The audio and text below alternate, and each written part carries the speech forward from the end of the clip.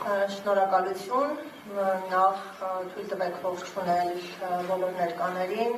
չափազանց կարևոր է, երբ խնդրի նկատմամբ կա հանրային հետաքրքրություն եւ իհարկե աջակցության պատրաստակամություն, այս խնդիրը բազմաշերտ խնդիր է, որտեղ պետք է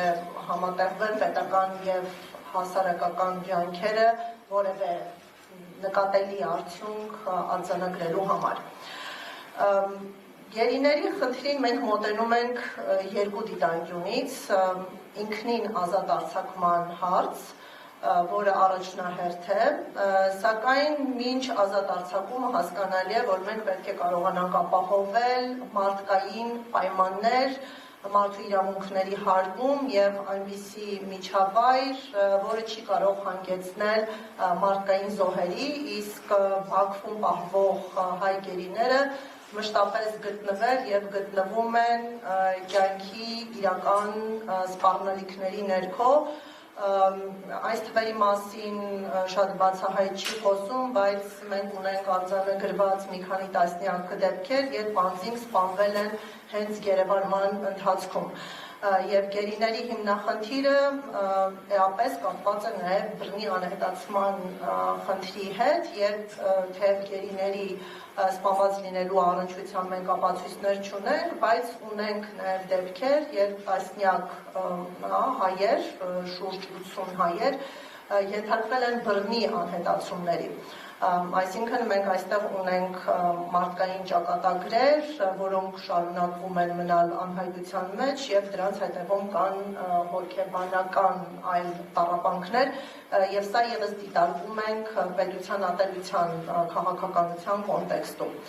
Գերիների մասով դրական ցուցանիշը այն է, որ այս պահին մենք ունենք շուրջ 210 հայեր, որոնք հայրենադարձվել են, ընդ որում հայրենադարձման մաս են դարձել մինչև 2020 թվականի 44-օրյա պատերազմը, սահմանային միջադեպերի հետևանքով Ադրբեջանի իշխանությունների ներքո հայտնված հայերը, ընդ որում այս միջադեպերով եւս մենք ունենք արձանագրված սպանությունների դեպքեր։ Եվ 23 հայեր շարունակաբար պահվում են Բաքվում, ինչպես հայտնի է 23-ից 5-ը գերեվարվել են 2020 թվականի ընթացքում, իսկ մնացյալ միջադեպերը արձանագրվել են 23 թվականին։ Եվ 23-ից 7-ը արդեն իսկ ավարտված դատավարությունների մաս են կազմել, նրանց առնչությամբ կան մեղադրական դատավճիռներ, որոնք վերջնական են, օրինական ուժ են ստացել եւ ըստ ադրբեջանական մոտեցման պատիժը կրող հայեր են, որոնք ծանր հանցագործություններ են կատարել եւ ինչպես գիտեք այս դատապարտումների հիմքում դրվել են այնպիսի կեղծ մեղադրանքներ, ինչպիսին ցեղասպանությունն է կամ առաջին պատերազմի ընթացքում պատերազմական հանցագործություններ կատարել, օրինակ ադրբեջանական գերիներին խոշտանգելը կամ քաղաքացիական անձանց թիրախավորելը,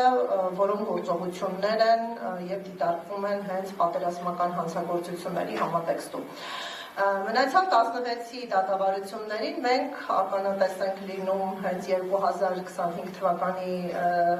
սկզբներից ի վեր, այստեղ երկու ինքնուրույն գործեր են առանձնացված, թեև սկզբնական շրջանում Ռուբեն Վարդանյանի գործը միացված է եղել 16-ի գործին, միջդատական բարույթի կոնկրետ փուլում այն առանձնացվել է, իհարկե առանձնացման պատճառների մասին մենք կարող ենք տարաբնույթ հետևություններ անել,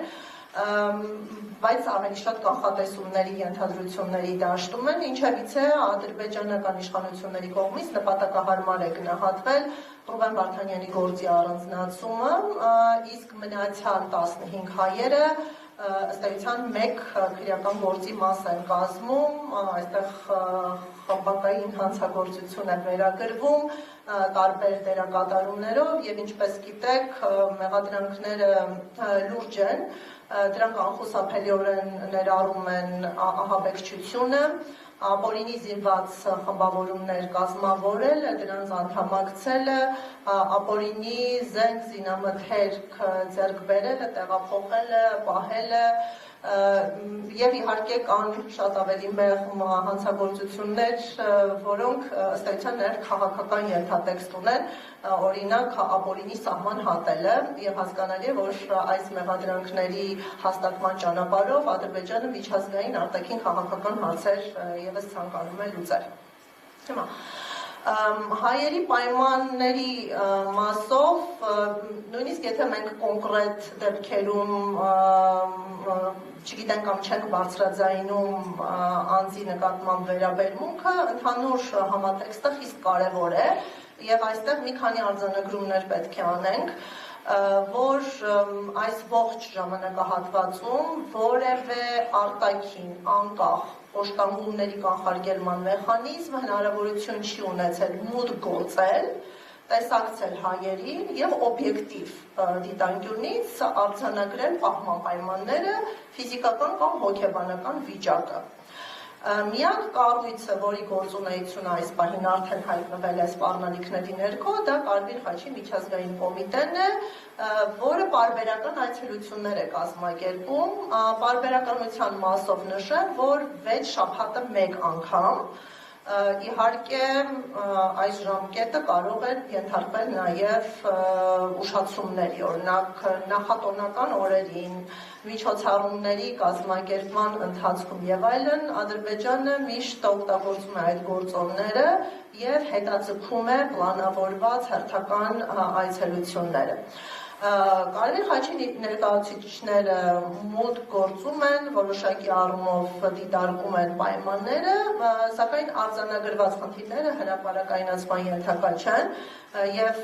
դրանց հատվածական տեղեկատվությունն է, որ կարող է հասանելի լինել ընտանիքի անդամներին։ Արձանագրված խնդիրները կոնֆիդենցիալ հիմունքներով հաղորդակցվում են Ադրբեջանի իշխանություններին այն ակնկալիքով, որ այդ խնդիրները լուծում կստանան։ Այս առումով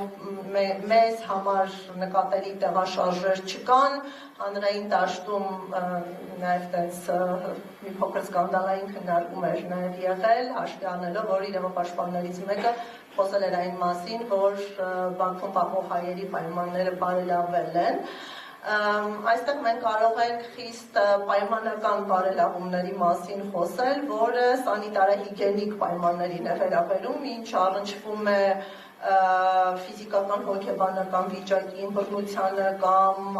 հայերի արժանապատվությունը վիրավորող ստորացնող գործելակերպին, ապա այս մասով նշեմ, որ մենք որևէ տեղաշարժ չենք դիտարկում, ավելին առանձին զարգացումների ֆոնին կարող ենք անգամ տեսնել այդ դրսևորումների խստացում։ Եվ մեր արձանագրումը այն է, որ հայերը եղել են, մնում են եւ շարունակում են պահվել այնպիսի պայմաններում, որոնք անմարդկային են եւ ենթարկվում են այնպիսի վերաբերմունքի եւ ճնշումների, որոնք այո, որակվում են որպես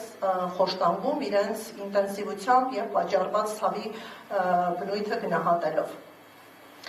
Կարմիր խաչը դասական առումով չի համարվում խոշտանգումների կանխարգելման մարմին եւ այս վերապահումը մենք միշտ պետք է անենք նաեւ մեր գործընկերների հետ փոխհարաբերություններում։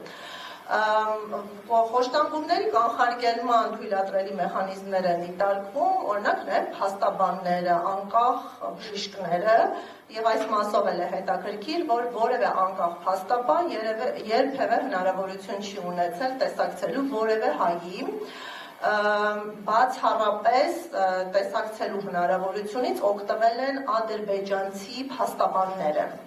Միայն Ադրբեջանում լիցենզավորված եւ ադրբեջանական իշխանություններից կախվածության հարաբերությունների մեջ գտնվող փաստաբաններն են, որ ներկայացնում են մեր հայերի շահերը ներպետական գործընթացներում եւ նրանք էլ տեսակցելու իրավունք ունեն, ինչ վերաբերում է միջազգային փաստաբաններին կամ Հայաստանում գործունեություն իրականացնող փաստաբաններին, որոնք եւս ներկայացական ֆունկցիա են իրականացնում միջազգային դատարաններում, ապա նրանց մուտքը մերժվել է Մենք մի քանի փորձարկում ենք իրականացրել, օրինակ անձամբ մենք ենք դիմել ներկայացնելով մեր լիազորությունները եւ դրանց ճանաչումը Եվրոպական դատարանի կողմից, խնդրել ենք հնարավորություն տալ տեսակցել մեր վստահորդներին, հասկանալի է, որ այդ հնարավորությունը չի ապահովել, նման փորձարկումներ կատարել ենք օտարերկրյա փաստաբանների ներգրավմամբ, մտածելով, որ միգուցե ազգության փոփոխությունը կարող է հանգեցնել իրավունքի ապահովման, օրինակ ֆրանսիացի փաստաբան ենք ներգրավել, ունենք ներգրաված անգլիացի փաստաբաններ, ամերիկյան եւ հետաքրքրական է, որ կա միասնական պետական քաղաքականություն արգելափակելու օտարերկրյա փաստաբանների մուտքը եւ տեսակցությունները հայ պատաններին, ինչը կրկին հարց է առաջացնում, ինչու։ Եթե քրեական ներպետական գործերով կցված փաստաբանները հնարավորություն ունեն քրեական գործերը քննարկելու հայ պատանների հետ, ինչու այդ հնարավորությունից նույն իրավական հիմքով չեն կարող օգտվել օտարերկրյա փաստաբանները, այստեղ իմ գնահատման պատճառին է, որ դրանք խոշտանգումներ բացահայտող այցելություններ կլինեն, այստեղ կգեներացվեն նոր ապացույցներ եւ սա որևէ կերպ չի բխում Ադրբեջանի շահերից։ Եվ ամենակարևոր խնդիրը, որ մեր հայ պատանները զրկված են եղել հյուպատոսական ծառայություններ ստանալու իրավունքից, ինչպես գիտեք, օտարերկրյա քաղաքացիները օժտված են որոշակի հնարավորություններից եւ նրանց անձնական ազատության իրավունքը սահմանափակվում է ոչ թե իրենց քաղաքացիության երկրում, այլ որևէ այլ երրորդ պետության կողմից, այստեղ այս փաստերը պետք է տեղեկացվեն այն պետությանը, ում քաղաքացիները ձերբակալվել են, կալանավորվել են կամ այլ կերպ գտնվում են անազատության մեջ, եւ ծանուցման պահից անձը հյուպատոսական ծառայություններ ստանալու իրավունք ունի։ Սա ապահովում է պետության դիվանագիտական ներկայացությունը եւ հյուպատոսական սեկցիայի աշխատակիցները այցելում են։ Այցելության նպատակը այո պայմանները ստուգելն է, խոշտանգումները բացառելն է եւ այլ բնույթի աջակցություն ցուցաբերելն է, որը միտված կլինի իրավունքների պաշտպանությանը կամ առողջական խնդիրների լուծմանը, հաղթահարմանը եւ այլն։ Հյուպատոսական ծառայությունները չեն տրամադրվել հայ պատանդներին, բայց մենք սա նաև մարդու իրավունք է, բայց չեն կարող այս մարդու իրավունքի խախտում վկայակոչել այն պարզ պատճառով, որ իրացումը պետք է ապահովի Հայաստանի Հանրապետությունը։ Եթե Հայաստանի Հանրապետությունը գտնի մեխանիզմ եւ Ադրբեջանի իշխանությունները խախտեն այս երաշխիքը, մենք այստեղ ունենանք նաև արդարադատականության իրավունքի մեկ այլ խախտում, դիվանագիտական հարաբերությունների բացակայությունը ըստ էության զրկել է Հայաստանի Հանրապետությանը իրականացնել այս հյուպատոսական այցելությունները, բայց կարծում եմ մենք միակ երկիրը չենք, որը կարող է հայտնվել նման իրավիճակում, միջազգային պրակտիկայում կան արդեն իսկ արձանագրված դեպքեր, երբ այս իրավունքը պատվիրակվում է տվյալ երկրում հավատարմագրված մեկ այլ հյուպատոսական ծառայությանը եւ Հայաստանի Հանրապետությունը ըստ էության հնարավորություն ունի այս իրավունքը պատվիրակել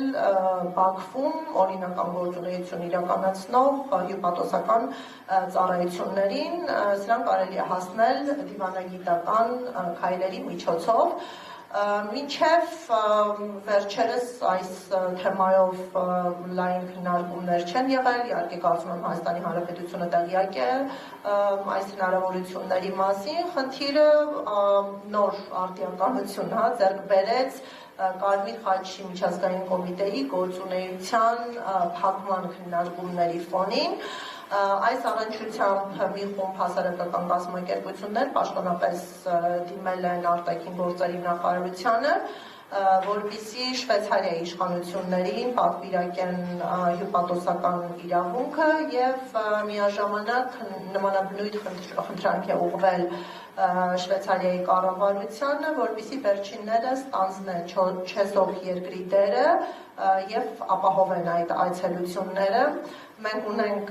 պաշտոնական պատասխան այն մասին, որ Շվեյցարիայի կառավարությունը պատրաստական է եւ պետության կողմից խնդրանք պահանջ ներկայացնելու պարագայում պատրաստ են քննարկել իրենց ներգրավվածությամբ այդ իրավունքի ապահովումը։ Ինչ վերաբերում է արտաքին գործերի նախարարությանը, նրանք մեզ հավաստիացրել են, որ այդ հարցը քննարկումների փուլում է, սակայն խորհրդապահական բնույթը հաշվի առնելով այլ մանրամասներ չեն կարող հայտնել։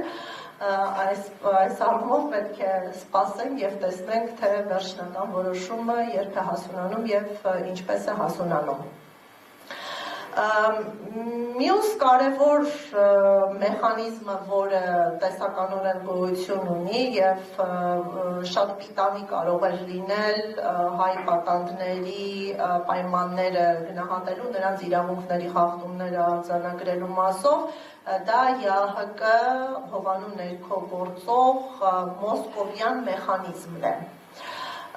Մոսկովյան մեխանիզմը հնարավորություն է տալիս մարդու իրավունքների խախտումների իրավիճակի առնչությամբ կազմակերպել կարճաժամկետ փաստահավաք առաքելություն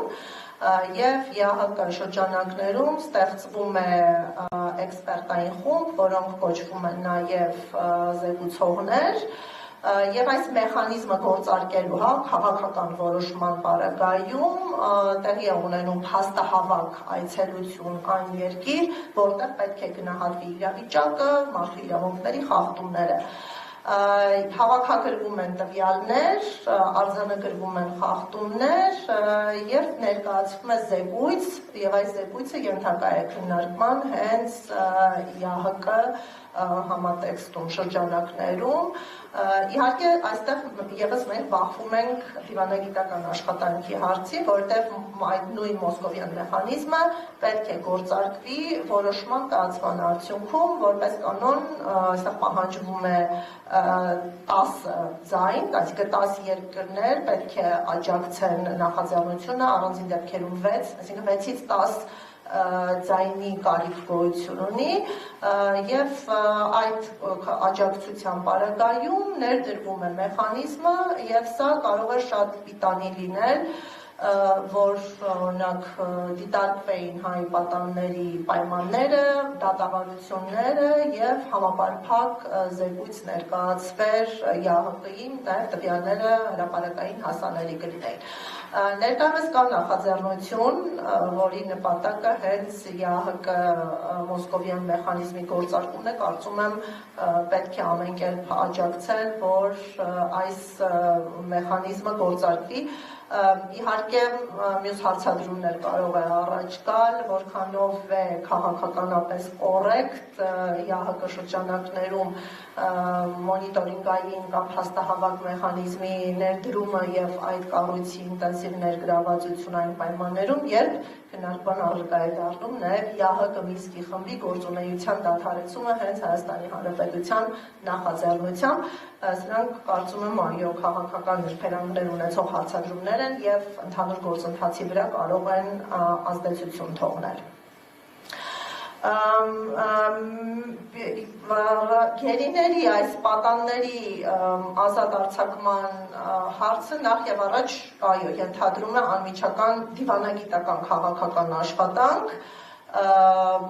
եւ աշխատանքի ուղղությունը այն պետք է լինի, որ միջազգային կոնվենցիաներով նախատեսված է հակամարտության ակտիվ ավարտից հետո հայրենադարձում, որը նաև պատերազմական չկատարելը պատերազմական հանցագործություն է, ուստի Ադրբեջանը գտնվում է իրավական պարտավորության ներքո առանց որևէ նախապայմանի ապահովելու հայ պատանդների ազատ արձակումը։ Եվ դրա չկատարումը պետք է հանգեցներ Հայաստանի իշխանությունների կողմից պատերազմական հանցագործությունների վերաբերյալ հայտարարություններին, ինչը այն նախապայմանն է, որը պատժամիջոցների կամ այլ մեխանիզմների գործադրման հիմք կծառայեր։ Մենք նման մոտեցում կրկին չենք տեսնում, ընդունվում է լրելային նաև այն աշխատելավոճը, որ գերիների խնդիրը ինքնուրույնաբար լուծելի չէ Հայաստանի ներգրավվածությամբ, դա ամբողջովին թողնված է Ադրբեջանի հայեցողությանը եւ երբ քաղաքական սուր հարցադրումները լուծում ստանան, ապա որպես հետևանք մարդասիրական մոտեցում կլինի եւ ազատ կարձակվեն նաեւ այդտեղ բանվող հայկականները։ Մինչդեռ կարծում եմ պետք է ամեն գնով ճնշել Ադրբեջանին, ապահովել ազատ արձակումը, առանց որի չիրականացնել ցանկացած քննարկում, ինչը կարող է առնչվել քաղաքական հարցերին, եւ մեր ընկալմամբ խաղաղություն եւ գերիների վերադարձ հարցը ունեն փոխկապակցվածություն, նորույթ չէ, որ հասարակությունների միջև վստահություն գոյություն չունի եւ այդ վստահությունը ձևավորվում է տարիների ընթացքում գնահատելով հարաբերությունների իրական բնույթը եւ հասարակությունները կարող են վստահություն ունենալ, եթե գոնե մարդասիրական բնույթ ունեցող հարցերը լուծվում են մարդասիրական սկզբունքներին համահունչ եւ մարդու իրավունքները չեն չարաշահվում հասարակություններում նոր տառապանքներ ձևավորելու, գեներացնելու նպատակով եւ հստակության վերականգնման առաջնահերթ միջոցը մեր հասարակության ընկալմամբ կարծում եմ հենց հայ գերիների վերադարձն է, առանց այդ միջոցառման մենք չենք կարող վստահել որևէ խաղաղության եւ դրանք ընդհանրապես կարող են ժամանակ շահող քայլեր լինել։ Քանի որ Հայաստանի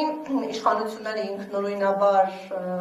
չեն կարողանում ապահովել ինտենսիվ քաղաքական ճնշում, իսկ առանց քաղաքական ճնշման մենք չենք կարող անկնկալել վարքագծային փոփոխություններ, այստեղ է որ մեծ կարևորություն են ստանում նաև իրավական գործընթացները։ Իրավական գործընթացները նախ կարող են ապահովել ազատ արձակման հարցի վերաբերյալ պարտադիր դատական դիրքորոշում, որը ենթակա է կատարման եւ այստեղ կան միգուցե ոչ կատարյալ, բայց վերահսկողական գործիքներ եւ երկրորդը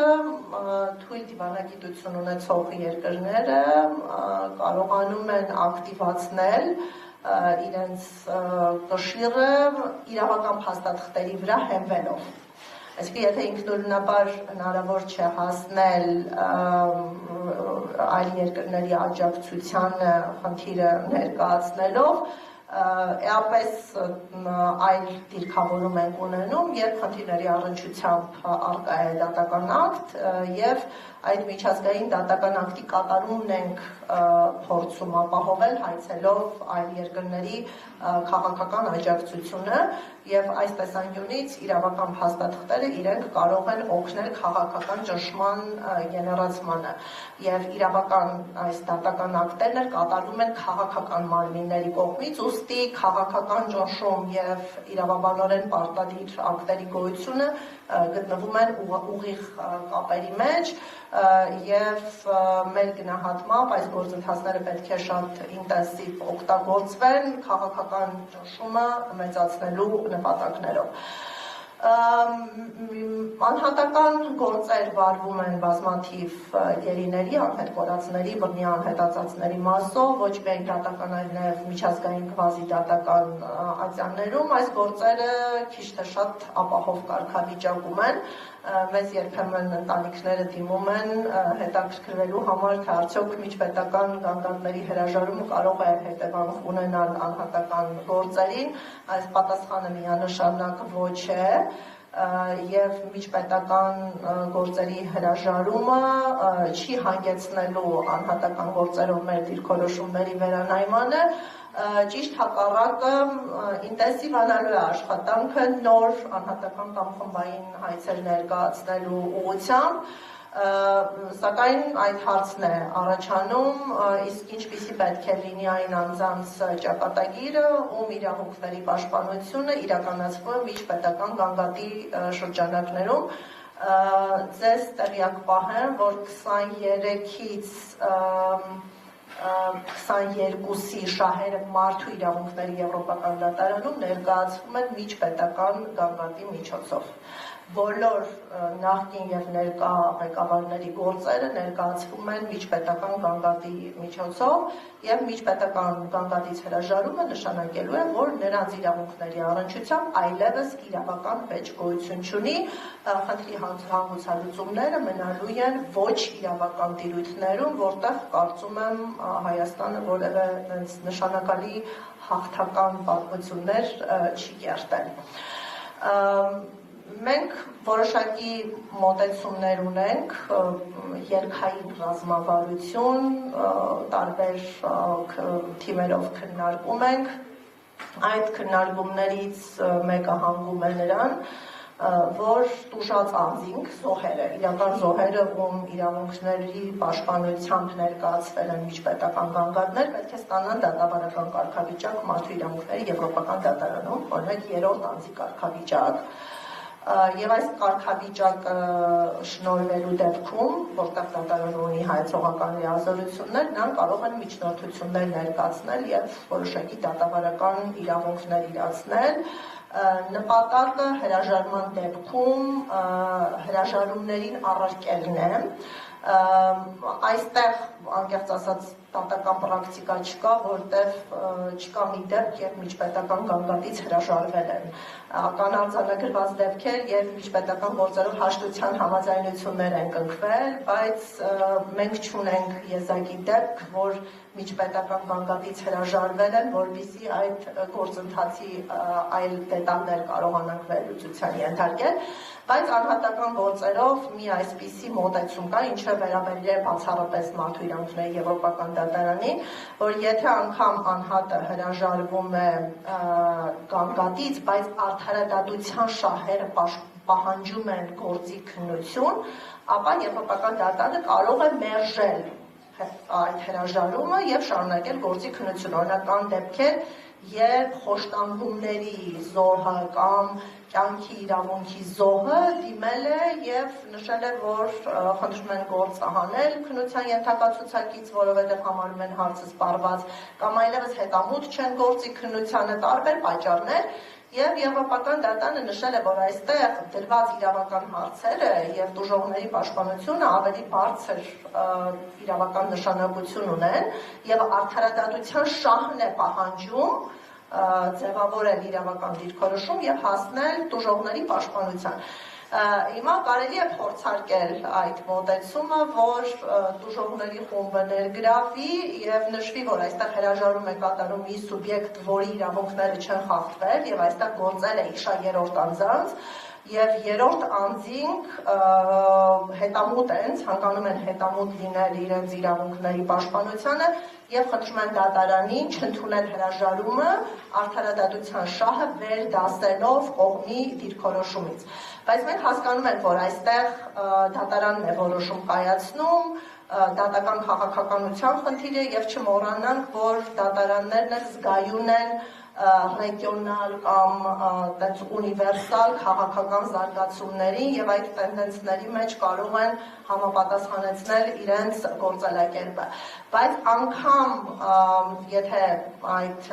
հրաժարումը տեղի ունենա, այս գործընթացը լեգիտիմ հիմք կստեղծի, որ տուժողները ինքնուրույնաբար դիմեն դատարան եւ նշեն, որ 4-ամսյա ժամկետը ոչ թե հաշվարկվում է ավելի վաղ փուլից, այլ այն պահից, երբ տեղի ունեցել հրաժարում, քանի որ նրանք տեղեկացված են եղել իրենց իրավունքների պաշտպանության մասին միջպետական գագաթի շրջանակներում եւ հասկանալի է, որ ինքնուրույն գործելակերպի կարող էին չդիմել։ Այս ճանապարհով մենք գոնե կարող ենք հասնել ժամկետների նորոգման եւ արդեն անհատների անունից անհատական կամ խմբային հայցերի ներկայացման։ Իրավական թիմը նման երկհային ռազմավարություն ունի, ինչը կարող է որոշակի չափով կոմպենսացնել Եվրոպական դատարանում միջպետական գագաթից հրաժարումը, բայց նշեմ, որ նման կոմպենսացնող հնարավորություններ անհատների համար գոյություն չունեն արդարադատության միջազգային դատարանում, որտեղ որպես սուբյեկտ կարող են հանդես գալ միայն պետությունները, փոխարինող կարող են լինել այլ պետություններ։ Օրինակ, չգիտեմ, Ֆրանսիա, Նիդերլանդները Հայաստանի հրաժարումից հետո այո հնարավորություն ունեն նույն խտրականության կոնվենցիայի հիմքով հայց ներկայացնել Ադրբեջանին, բայց կրկին էլի բախվելու ենք այդ քաղաքական հարցին, որքանով նպատակահարմար կլինի Հայաստանի կողմից միջպետական գանգատների հրաժարման պարագայում համոզել երրորդ երկրներին հայց ներկայացնել ընդդեմ Ադրբեջանի։ Նրանք ունենան շատ լեգիտիմ պատճառ մերժելու այդ հայցերի ներկայացումը, չնայած արդեն իսկ կան արձանագրված դեպքեր, որ զուտ մարդու իրավունքների նկատառումներից ելնելով երրորդ պետություններն են դիմում, ոչ թե իրավական շահագրգռություն ունեցող պետություն, ուղղակի այդ պարագայում նրանք ի սկզբանե են դիմել եւ հրաժարումներ չկան ամենաշահագրգիռ պետության կողմից, սա նորից դիվանագիտական տեսանկյունից բարդացնում է խնդիրը, բայց տեսական հնարավորության մակարդակով այո, արդարադատության միջազգային դատարանում փոխարինող կարող են լինել Հայաստանից զատ այլ երկրները։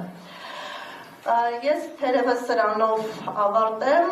շնորհակալություն շատ Տիկին Սահակյան բովանդակալից ներկայացման համար։ Խոսքը փոխանցենք մեր մյուս բանախոս